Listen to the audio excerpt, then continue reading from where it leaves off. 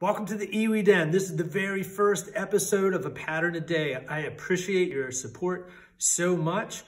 Please feel free, if things are unclear or you have suggestions for the EWI Den, just give me an email. I'd love to communicate with you. It is much easier to teach a student that's asking questions, and that'll help me to help you have more fun learning how to play the EWI. This project, prerequisite, is to know all 12 of your major scales, so hopefully you have that together. And most people are coming from an instrument they consider home.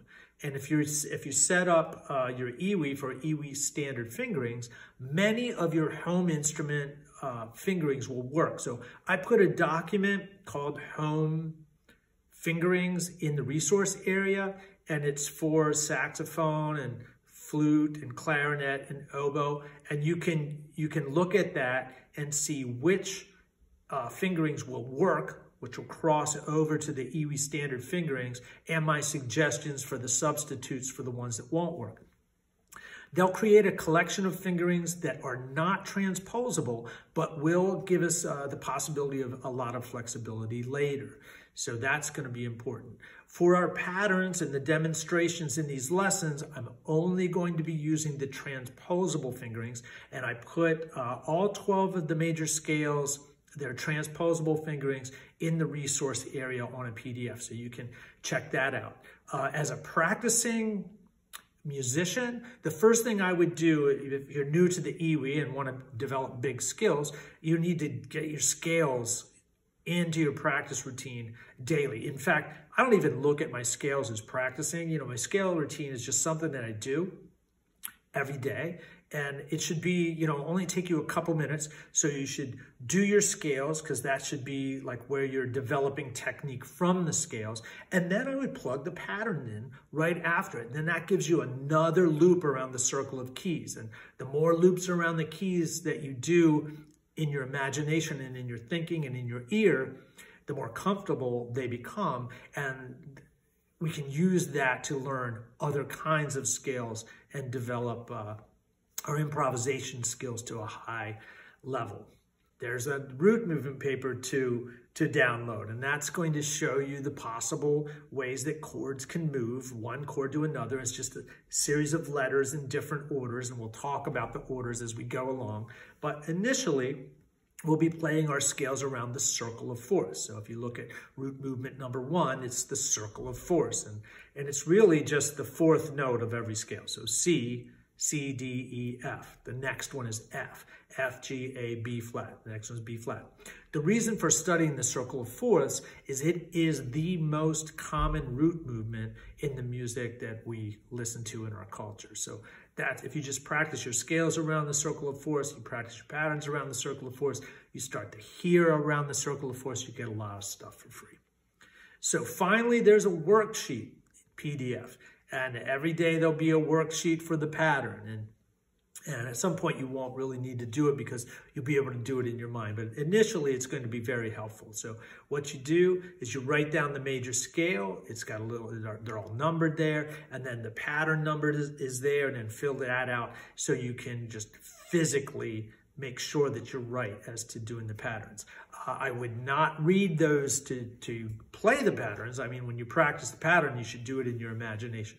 So pattern number 1 for today is going to be 1, 2, 3, 5. So if we took the key of C and we numbered it 1, 2, 3, 4, 5, 6, 7, and then we look at the numbers 1, 2, 3, and 5, it's going to be C, D, E, G.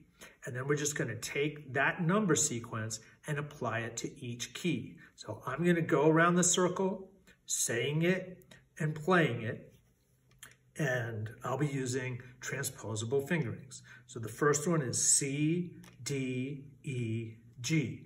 And then say it and sing it in your mind as you play it. Now we're going to F. So now we have to think in the key of F, and we're going to play F, G, A, C. Now we're going to B flat. B flat, C, D, F. Now we're going to E flat. E flat, F, G, B flat. Now we're going to A flat. A flat, B flat, C, E flat. Going to C sharp. C sharp, D sharp, E sharp, G sharp. Going to F sharp. F sharp, G sharp, A sharp, C sharp. Going to B. B, C sharp, D sharp, F sharp. E. E, F sharp, G sharp, B. Going to A.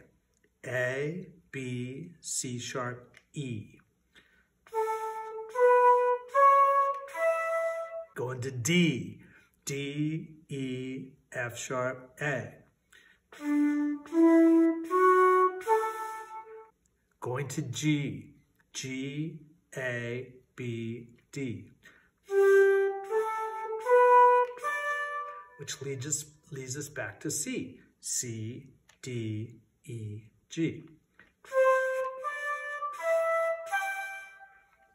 So there's a couple things you can do away from your instrument that'll strengthen all of this stuff, like unimaginably, actually.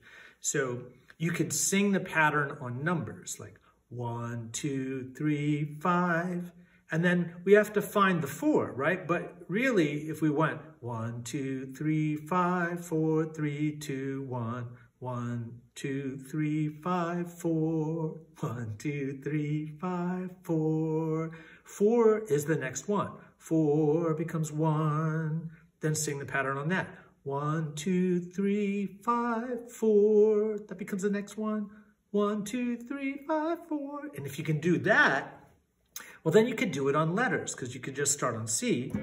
C, 1, or C, D, E, G, F, F, G, A, C, B flat. It's getting too high.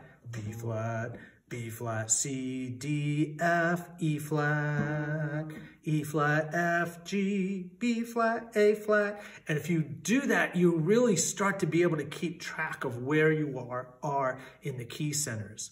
And that is a very strong visualization. And you could actually do it with the fingerings too. So you could like C, D, E, G, F, G, A, C, B flat, C, D, F. That's great practice and great training. Okay, so that is a pattern of the day, lesson number 1. See you tomorrow.